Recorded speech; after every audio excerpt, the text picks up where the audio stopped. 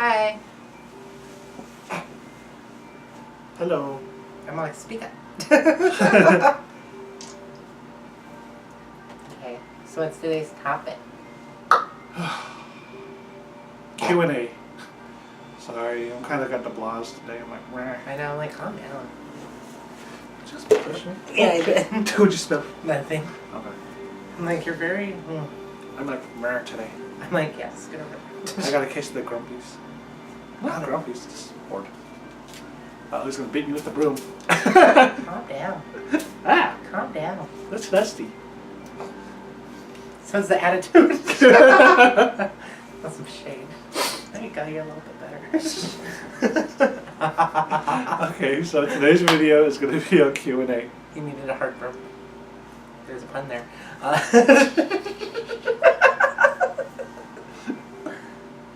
Okay, so today's video is Q&A.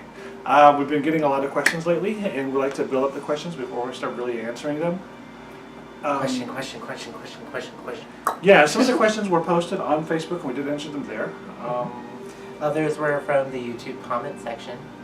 Yes, and you know, with some of the questions, we have a hard time answering in a little space because we don't want to do this whole long-winded thing. So Yeah, so I guess.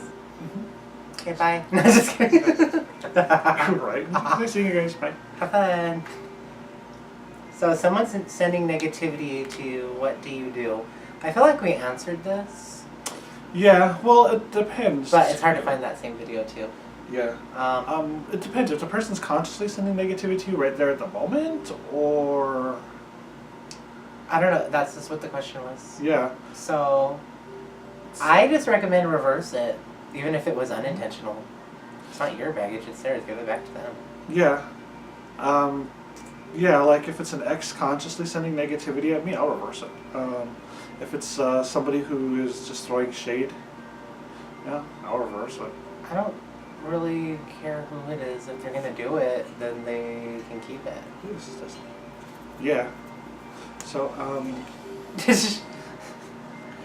yeah, that's kind of a weird. Yeah, that's kind of a hard question to answer. It's not really that it's hard to answer. It just sounds so simplistic when we answer it. Yeah, and a lot of it goes with common sense too. Like if it's a child, I'm not going to go over there and smack the crap out of some child. Some kids it should be. Yeah. I've been to Walmart. But yeah, hopefully that answers it without it sounding too shady. That's the non-cursing way of saying it. Yes. The other thing you can do too is just do some cleansing work, take some cleansing baths and everything like that. You know, or you could bind the person who's doing the sending you negativity. Or I can banish them. Yeah. Hot foot them. Okay, so calling quarters and using their powers for protection spells. Have you done that? Yeah, actually. Well, I've done things similar to it, because I called the quarters, but I've done spells working with the four winds. I'm not sure if this would be along the lines of what they were looking for, and asking them to imbue an object for power, such as a talisman for protection, poppets, things like that. Mm-hmm. And I'm not the only one. I know it's been pretty common with a lot of people in European witchcraft. Yeah, usually when we consecrate talismans too, we'll take the talisman after it's been cleansed to each quarter and state petitions and everything like that, asking for the blessings of each one. And tradition to tradition, it varies. In the Hermetic Order of the Golden Dawn, you have the Watchtower ritual, which is like casting a circle. Well, basically, it's casting a circle and calling your quarters. But these are like angels that watch those, directions. In the Ashram Sophia, we have the setting of the wards and arousing of, the setting of the wards, where these archons, they're like demigods that are set in each quarter. And sometimes we'll call on them for assistance and aid. In the tradition of witchcraft we practice, we have what's called the Astasia, which are the elements, like earth, air, fire, water, and It's a little bit more of like a primal force of the element. Yeah. And information on that and its work can be found in Grimoire of the Thorn-Blooded Witch by Raven Grimassi. Mm-hmm. That's the public format, so that's fine to talk about. Yeah, but I don't know, when you're doing Luciferianism, I know you do a quarter, like something like a quarter call. I don't know if you call it a quarter call. I don't really know what to call it, because this is something I implemented from like experimenting. But I'll work with, some people call them demons. They appear very similar to deities or demigods. Lilith I see more as a deity. Same thing with Lucifer. I've worked with Lilith in the north, Lucifer in the east, Leviathan in the west, and Samael in the south. Very interesting mix. Yeah, it's pretty stable energy. I've experienced it when he's done it, and it's pretty stable and grounding, and it's legit, and it works. So I'm like, okay. Oh, I gotta do a shout out to my mother-in-law. Thank you. I love the cup. I use it like every day. He does. So it's cold. I don't know if he washes it, but party. Well, I would drink tea out of it. Well, I wash it for you sometimes. Yeah, But I usually wash it. I'm just like, where is it? Yeah, no, I love this cup. It's copper and it gets cold really quick. He froze his hand and he has like a metal rod in his arm, and it got his hand cold and it started getting the bell to contract. So, but I love this cup. Thank you. Oh yeah, thank you, Mom, for all the other stuff too. I've been using it. Oh, also we got to do a shout out to Yes.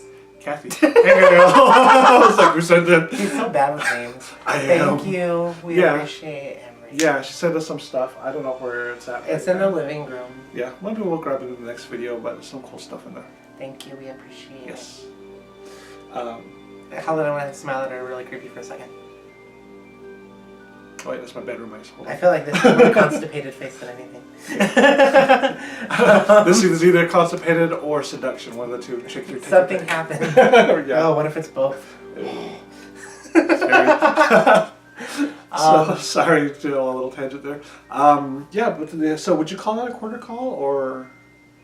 I suppose it could be called a quarter call because it's split into quarters. Yeah, you're calling them from the But quarters. technically not really because I work with the other stuff too, more than just in the 4 directions. Yeah. So I'm like, I don't know if it's really called a quarter call. Maybe it's a pentacall. A pentacle. There's that 5th point too. Yeah. So. Huh.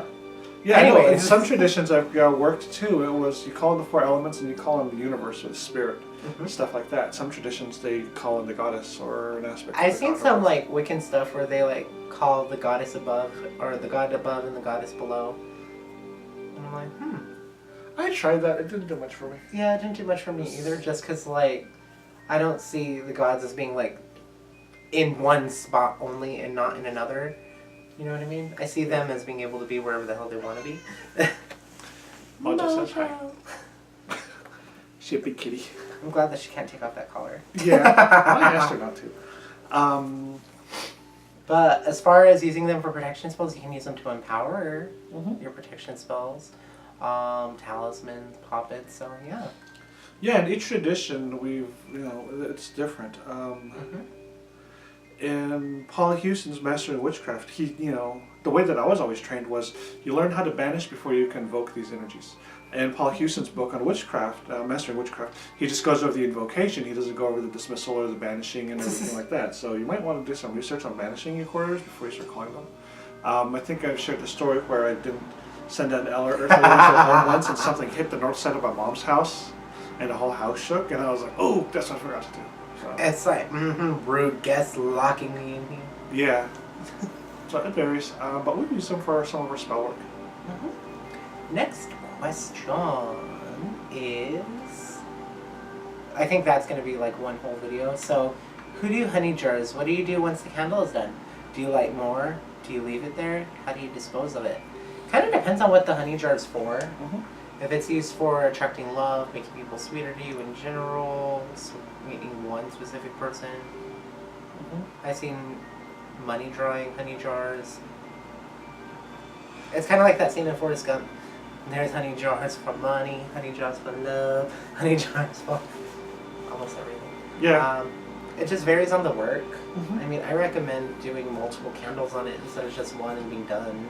Yeah, when I do client work using sweet bottles, it varies. If the person wants somebody to be closer to them, I'll have them bury the jar outside the person's home without getting caught. If it's to attract somebody to them, I'll have the person bury it in their front yard or their backyard or in a potted plant on their property. Or if it's just, if this work's done and they got what they wanted or they decided not to go with it anymore, I just have them discarded, usually in a flowing body of water like a river or one of the canals here. Oh yeah, we're not responsible for you doing any actions that could possibly land you in jail. Yes. Such as going onto another person's private property, disposing of things in a public place which you should not be disposing of things in, etc., etc. Yeah, so if you get caught, don't blame us. Mm-hmm. That's on you, child. Yeah. Oh, how often would you leave it on the altar for?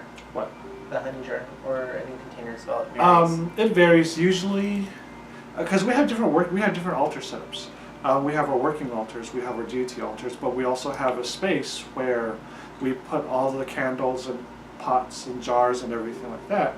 It's sort of like the fermentation spot, I guess. It's like an altar. It's just where the work sits. So I'll leave it there until I start to see results or results are obtained. And usually what I'll do is I'll light a candle on there either once a week or every day, especially when I'm getting the work started up. Robes, and why are they important? Because you look cool. Mm-hmm. That's pretty much it.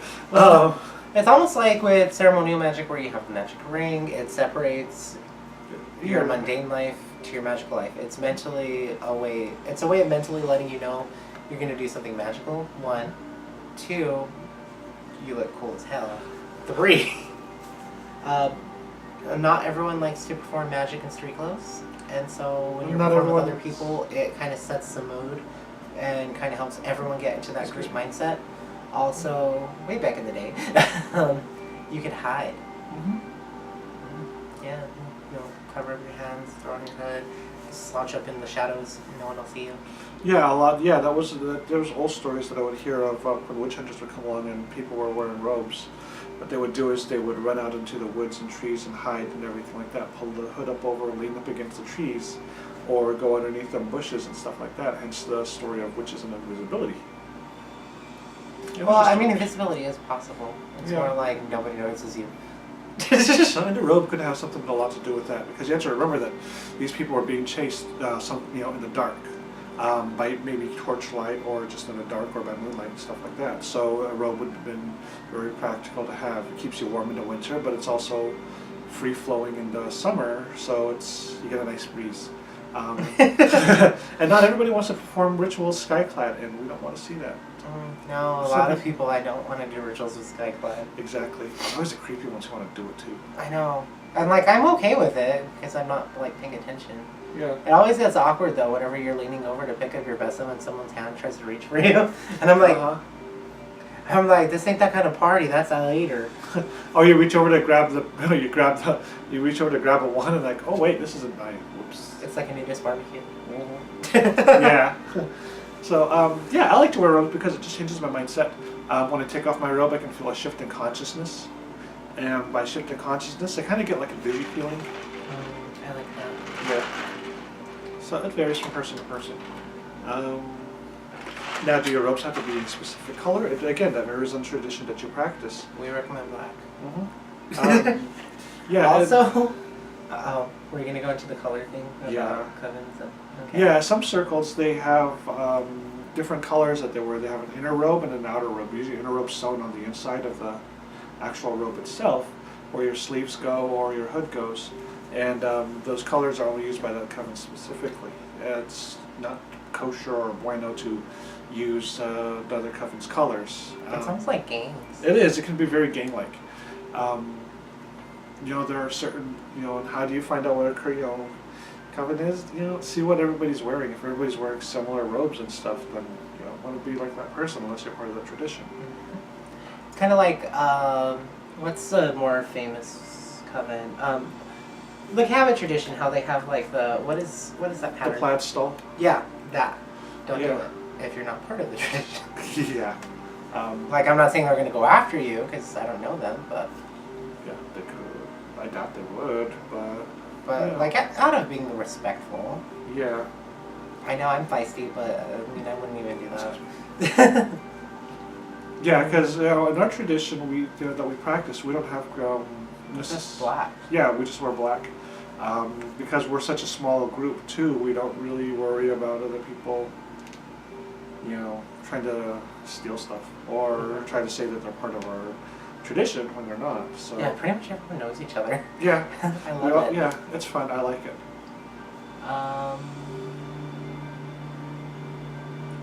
What else? What do you think of having pink or purple robes? Or any other bright fluorescent colors? That's where I stand with this. It was really cool. There were some guys who used to run the Phoenix Pagan Pride here before I did, years before. It was another gay couple that would help run it. And they had a gay coven. And one of them would, one or two of them would wear a rainbow robe. That sounds adorable. It was cute. I'm gonna make one for my drag.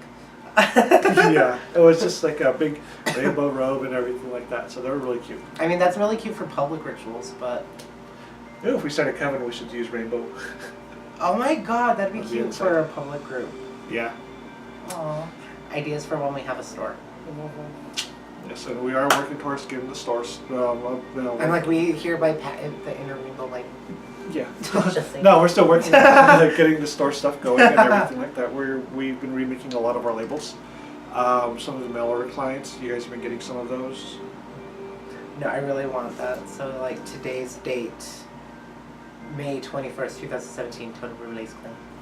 No, I'm just kidding, I don't care. I'm probably gonna do it anyways though. Yeah.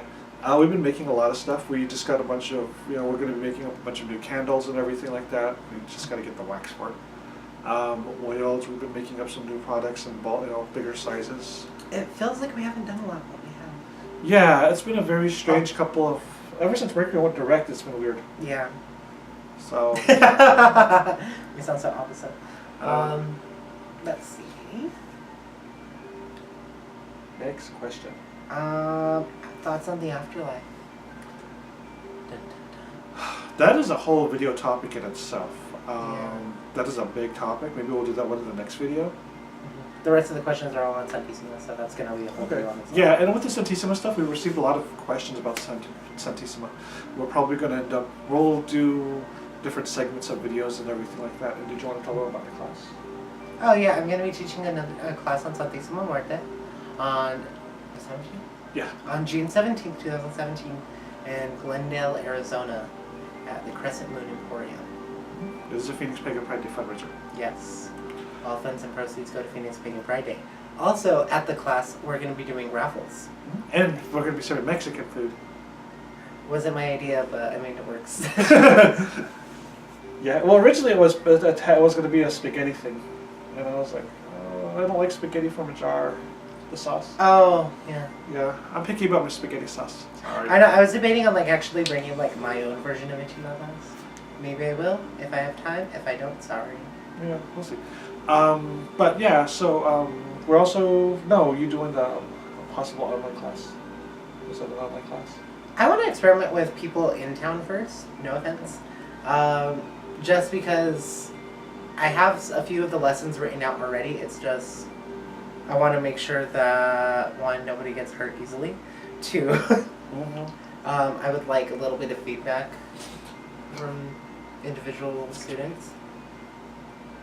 So that's mostly it. Yeah, and I'm going to be Anthony's going to be teaching me how to work with Santissima. I'll be taking the class and everything like that, so I'm the first guinea pig. Mojo. And I'm probably going to set up a separate YouTube channel and just talk about my experiences with her and stuff like that and see how that goes. So I think that'd be fun. That'd be cute.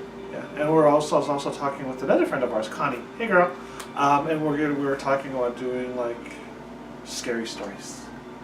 I was telling you about that last night. Yeah, so we might do a scary story channel. It should be fun, even if it's just a temporary thing. Or we can do a segment on here. Yeah, and I have a lot of scary stories. I'm thinking about it. I can't think of anything super scary. Yeah, mine are super scary. Okay. Yeah, no, a lot of my stuff too is like kind of occult related and everything like that too. So mine's occult related for experiences, but I can't remember really being scared with it. Yeah. Sorry. I mean, maybe scared that the neighbors would walk in when it was the middle of the night, but that's about it. I'm trying to think of another question that we had that I'm not possibly missing, besides the ones related to Santissima. Again, I don't recommend mixing pantheons. Yeah. Well, what are some of the easy ones on there that we have already covered? On where? The Santissima questions. I screenshot these ones. How did you learn about Santissima? Originally she appeared to me in dreams, and then from there it was like a scavenger hunt. What about we're leaving for a vacation? Which is actually a thing that that's going to be happening. We got some business trips to take care of. It's not really a vacation. Yeah, it's a business trip. So, whenever, not only with her, but like with any other deity, altar, or shrine to them, you don't want to leave offerings that are going to go spoiled for them. That's just rude. Yeah, and you could get bugs. Yeah, no one wants any mites. So usually, like, well, at Santissima's, I'll clean out her water, I'll explain to her what's going on, I'll remove the offerings, I'll make sure it's clean when I leave, and then I'll leave the cup upside down so that way there's no dust or anything floating in her water. And by cup upside down, there's no water in it. No. Yeah, we do that with all the altars too. We clean everybody off, and then we tell them, bye. We're bouncing. See you guys in a few days. But we don't leave any candles going. Fire hazard. Excuse me. We'll probably end up cleaning out all the wine cups. All of our altars and shrines have little wine cups. Except for Santissima, she doesn't like wine. She don't like wine. He gave her wine the other night. It was funny. Should I know she didn't like wine? She reminded me. It wasn't anything crazy. She's just like, I don't like wine. That was it. So yeah, we wake up in the morning after doing rituals that evening. Everyone else's wine is down by at least a centimeter. You can see the rings because we give them in white cups. Hers hasn't moved. It looked like it started growing dust from the inside out. It was like... Yeah, she wasn't too thrilled with wine. So I was like, did you forget? Yeah, so I bought her a bottle of tequila that day. Was it that day I got her the tequila? No, it was the same day that you gave her the wine. Oh, yeah. So, yeah, we good now. You're like, we're so cool. Yeah, and I don't work with Santissima personally yet, but I'll go in there and I'll be like, hey girl. You ain't gonna work with me. Yeah. What do you want from me? Pretty much is how it goes. So, yeah, but with all our shrines, we take all the food off, offerings off, we snuff out all the candles. You know, leave a bunch of incense all over it. Yeah, and the client work that we're doing, we usually stop doing like a day before, so we don't leave anything out. Any other questions? That was it. The rest of them are specific to Santissima. Okay. Yeah, I think that's all we really have for this video then. Yeah. So, but hopefully we'll have some more info on the web page soon. Yes. I just gotta take pictures and we gotta do some more stuff on both.